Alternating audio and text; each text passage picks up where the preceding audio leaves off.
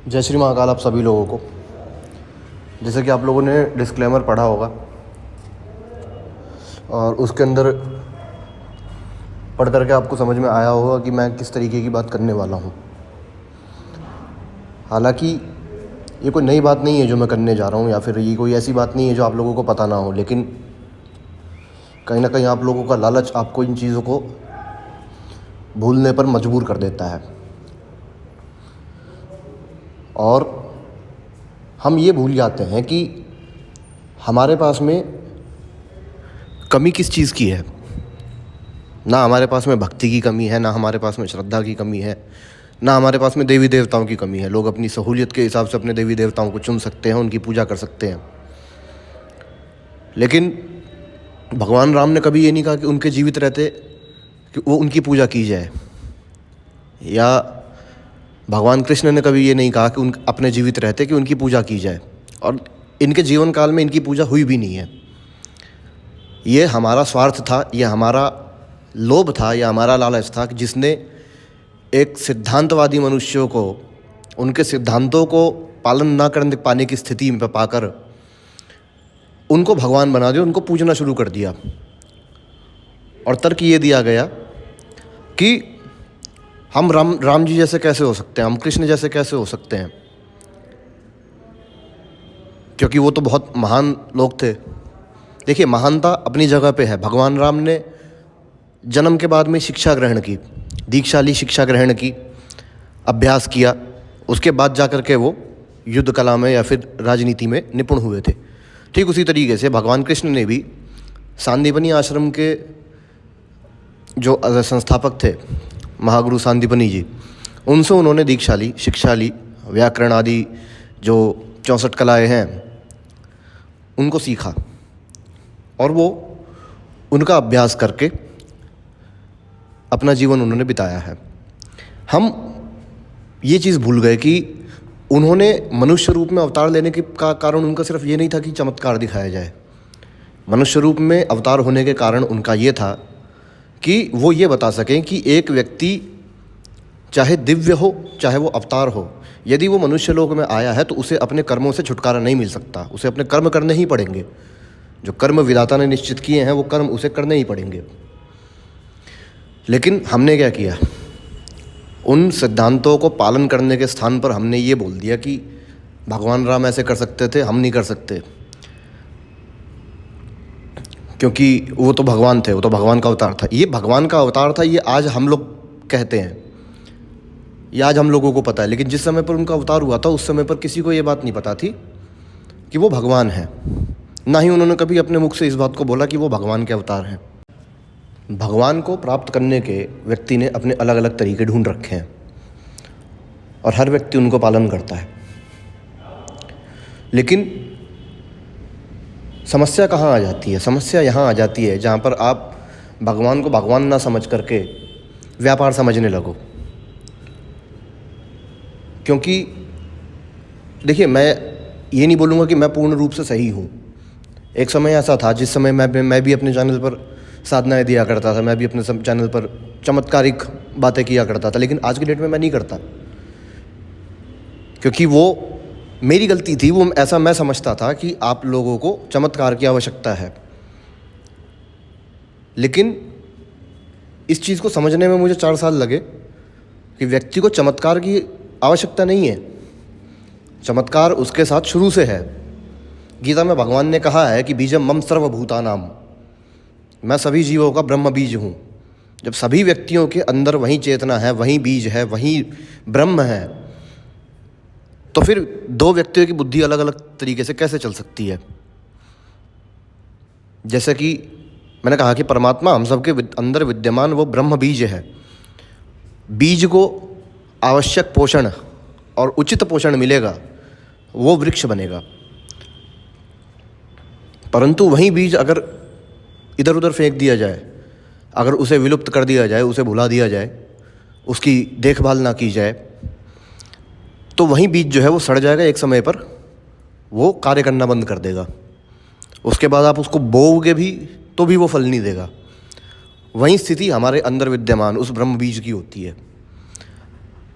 परमात्मा रूपी जो बीज हमारे अंदर विद्यमान होता है उसको पोषित करने के लिए हमें उचित आचरण, आध्यात्मिक दृष्टिकोण, आध्यात्मिक पहलू, धर्माध्ययन, ग्रंथाध्ययन, आत्माध्ययन, ये सारी चीज़ें हमें करनी पड़ती हैं। तब जा कर के वो भीतर विद्यमान वो ब्रह्म बीज जो है एक समय पर आकर के उस चेतना को प्राप्त करता है जिस चेतना को हम चमत्कार या सिद्धि कहते हैं। ठीक है।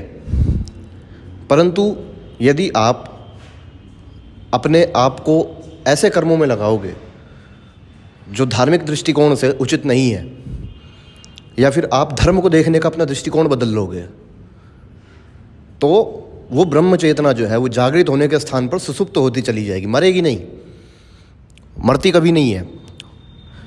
क्योंकि चेतना का विनाश जो है वो असंभव है, विचार का विनाश जो है वो असंभव है, मरती नहीं है लेकिन सुसुप्त हो जाएगी। उसका परिणाम क्या निकलेगा? उसका परिणाम ये निकलेगा कि आप जहाँ पर आपको सत्य देखने की आवश्यकता है वहाँ पे आप सत्य न देख करके असत्य को ढूंढोगे। उसका परिणाम ये होता है कि जहाँ पर आपको भक्ति की उम्मीद रखनी चाहिए वहाँ पर आप चमत्कार की उम्मीद रखोगे। अब एक बात ये भी होती है कि इसमें दोष किसका है? अगर एक व्यक्ति जिसने अध्यात्म का शिखर प्राप्त किया है, जिसने आध्यात्मिक उन्नति प्राप्त की है, अगर एक ऐसा व्यक्ति सोच करके देखिए कि अगर जगत गुरु आदि शंकराचार्य उन्होंने समूचे भारत में धर्म स्थापना करने के बाद में शरीर त्याग दिया, कारण जानते हैं आप लोग इसका?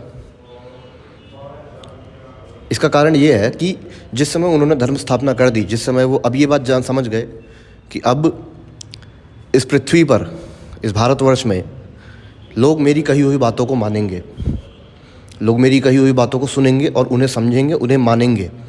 क्यों मानेंगे? क्योंकि उन सभी अनुयायियों ने, उन सभी धर्माधिकारियों ने, उन सभी मतों के व्यक्तियों ने उन्हें अपना गुरु स्वीकार किया था, उनसे पराजय स्वीकार की थी।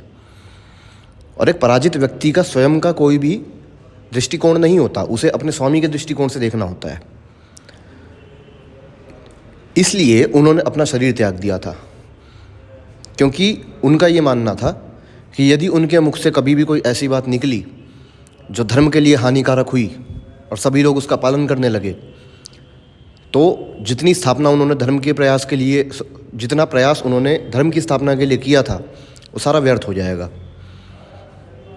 नहीं तो आप सभी लोग जानते हैं कि जो व्यक्ति योगाभ्यास करता हो, जो व्यक्ति अपने आप को साध चुका हो, उस व्यक्ति की अल्पायु में मृत्यु नहीं होती, उस व्यक्ति की अकाल मृत्यु नहीं होती, है ना? तो ये था उनका दृष्टिकोण। यही दृष्टिकोण जो है सत्य और असत्य को समझने के लिए प्रयोग किया जाता है। आज के समय में जहाँ पर व्यक्ति धर्म कार्यों से पूर्ण रूप से विमुख है, आज के समय में जहाँ पर पूजा पाठ, आध्यात्मिक होना, ये केवल एक फैशन है, ये केवल एक हॉबी है, ये केवल एक शौक़ है। आप लोगों ने कभी सोचा है कि आप लोगों को YouTube पे आज की डेट में महाकाल और केदारनाथ की वीडियोस क्यों दिखती हैं, या विश्वनाथ की वीडियोस क्यों दिखती हैं इतने बड़े पैमाने पे? कोई हाथ में शिवलिंग लिए महाकाल के सामने फ़ोटो खींच रहा है, कोई हाथ में शिवलिंग लिए केदारनाथ के सामने फ़ोटो खींच रहा है, कोई काशी विश्वनाथ में जाकर के फ़ोटो खींच रहा है। कारण क्या है? भगवान शिव के 12 ज्योतिर्लिंग हैं, 158 सिद्ध लिंग हैं, 358 से ज़्यादा उनके स्थापित किए हुए लिंग हैं, परंतु उन सभी लिंगों में केवल ये 3 शिवलिंग ऐसे क्यों हैं, या 3 स्थान ही ऐसे क्यों हैं जहाँ पर कि आज दुनिया जाती है? कारण ये नहीं है कि वो बहुत बड़े शिव भक्त हैं, कारण ये है कि उन्हें ट्रेंड के साथ चलने का शौक़ है। और यही विकृत मानसिकता है जिसकी मैं बात यहाँ पे कर रहा हूँ। और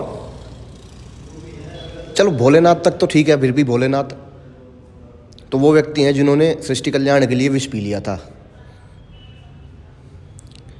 लेकिन वो व्यक्ति जो भगवान, जिन्होंने अपने जीते जी स्वयं को कभी भगवान नहीं कहा अपने मुख से, हालांकि उस समय पर भी लोग उन्हें भगवान मानते थे, जो सिद्ध व्यक्ति थे, जो ज्ञानी ध्यानी व्यक्ति थे, वो उन्हें भगवान मानते थे, उनकी पूजा भी करते थे, परंतु उन्होंने अपने मुख से कभी ये नहीं कहा कि वो ईश्वर हैं या उनकी पूजा की जानी चाहिए। आज के समय में क्या हो रहा है मैं आपको दिखाऊं। 1 मिनट का टाइम लीजिए और वीडियो को पॉज करके इस व्हाट्सएप चैट के अंदर लिखी हुई बातों को पढ़िए और पढ़ करके समझिए कि आपको क्या समझ में आ रहा है।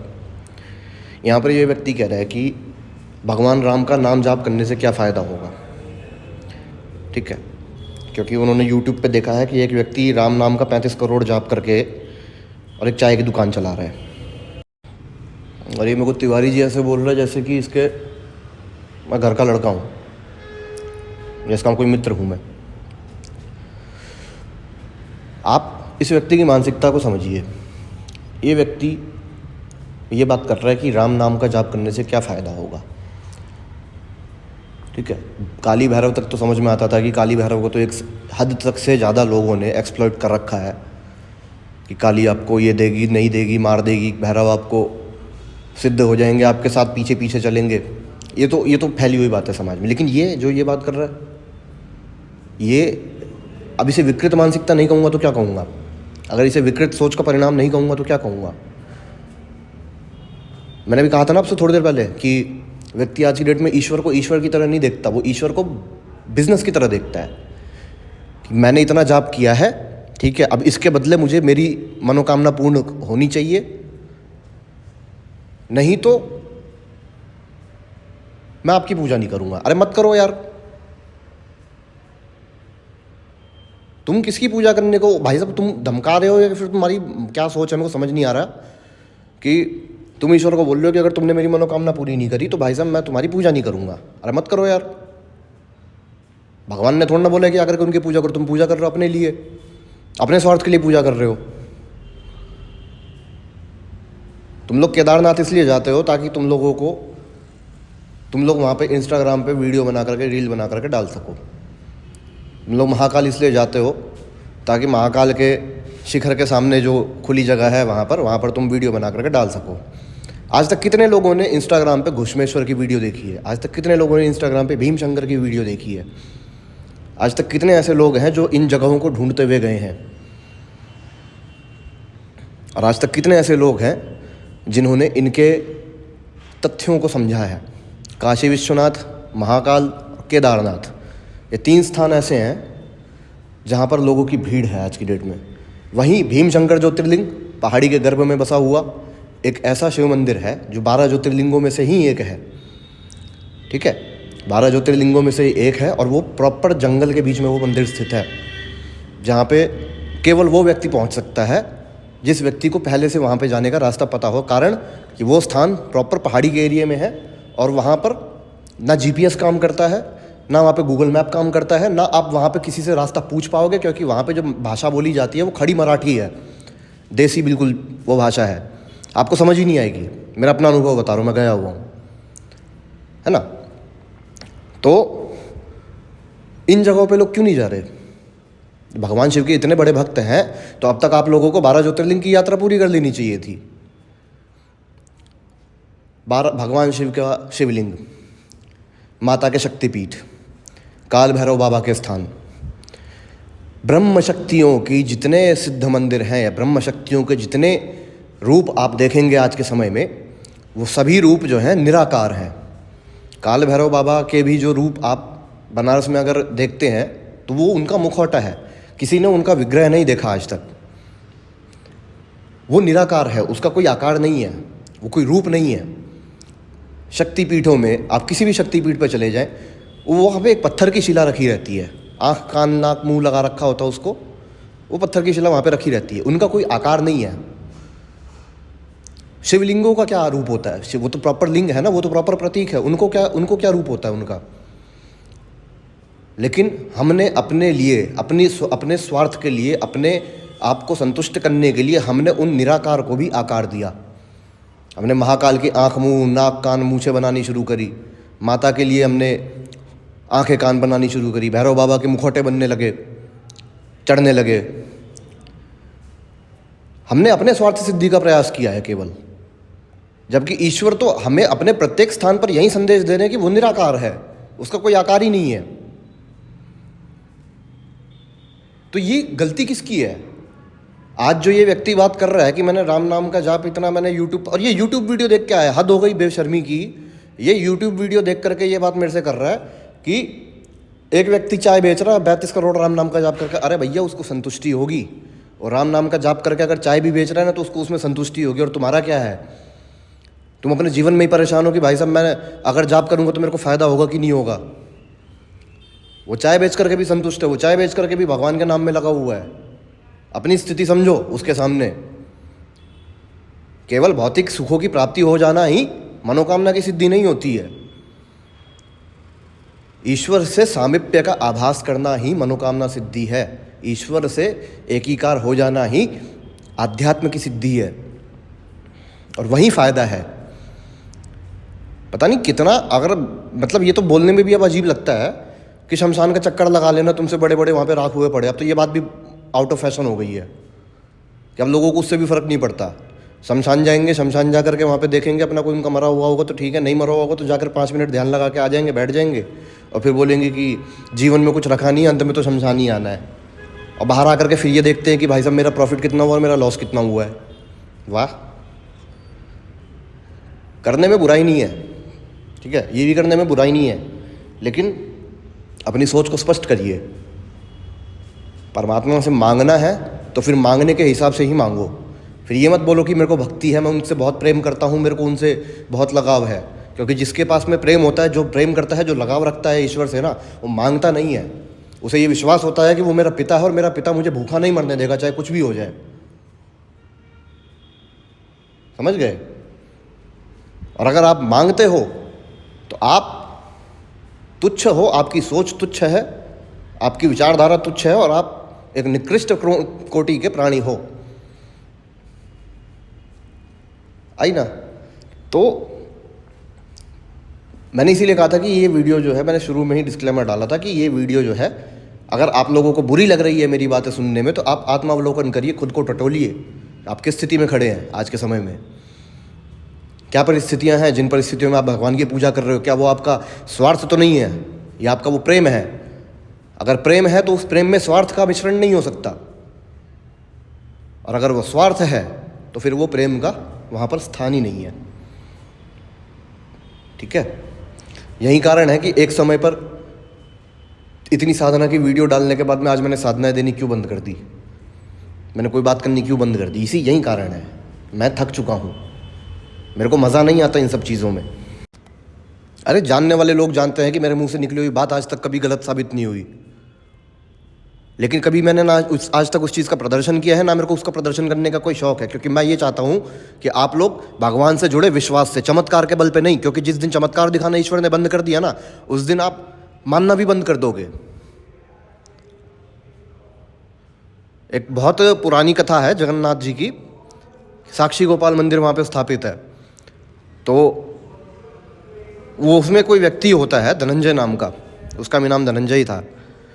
वो उसको गांव वाले किसी आरोप में फंसा देते हैं, और वो उससे कहा जाता है कि अगर भगवान को तुम कहते हो कि भाई भगवान मेरे साक्षी हैं, ठीक है, भगवान ने सब कुछ होते हुए देखा है, तो भगवान को लेकर क्या? वो बंदे गया भगवान से, बोला उसने कि प्रभु आप मेरे साथ चल करके मेरी गवाही दीजिए, क्योंकि आप ही मेरे साक्षी हो। तो भगवान ने उसको ये बोला कि ठीक है मैं तुम्हारे साथ चलूँगा, लेकिन जहाँ पे तुमने पलट करके मुझे पीछे देखा, मैं वहीं पे स्थापित हो जाऊँगा, मैं वहीं बैठ जाऊँगा। फिर वो लेकर के चला उसको भगवान को पीछे पीछे, और वो भगवान उससे बात करते रहे। जब तक बात करते रहे तब तक उसको विश्वास था कि हाँ भगवान पीछे पीछे ही हैं। एक समय आने के बाद में भगवान ने बोलना बंद कर दिया। वो बोलता रहा, भगवान ने जवाब देना बंद कर दिया। भगवान हालांकि चल रहे थे तब भी उसके साथ साथ, लेकिन उसने जब बोलना बंद किया, भगवान ने जब बोलना बंद किया, तो उस व्यक्ति को ये लगा कि भगवान रुक गए हैं, इसीलिए वो बोल नहीं रहे हैं। और उसी आशंका में, उसी शंका में उसने पीछे पलट के देखा। जैसे ही पलट करके देखा तो भगवान जो उसके पीछे खड़े थे वो विग्रह में बदल गए।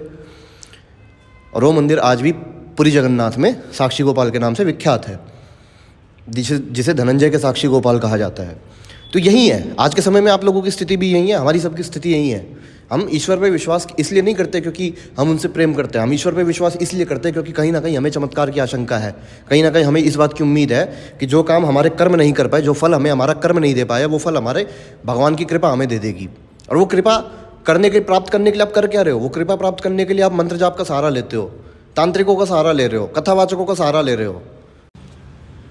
आपके पास में 18 पुराण, 4 वेद, 6 शास्त्र, 108 उपनिषद, इतने ग्रंथ आपके पास में हैं जिसके अंदर आपको हर वो चीज़ लिखी हुई है जो आपके जीवन के लिए आवश्यक है। रामायण, गीता, महाभारत, सब कुछ आपके पास में है।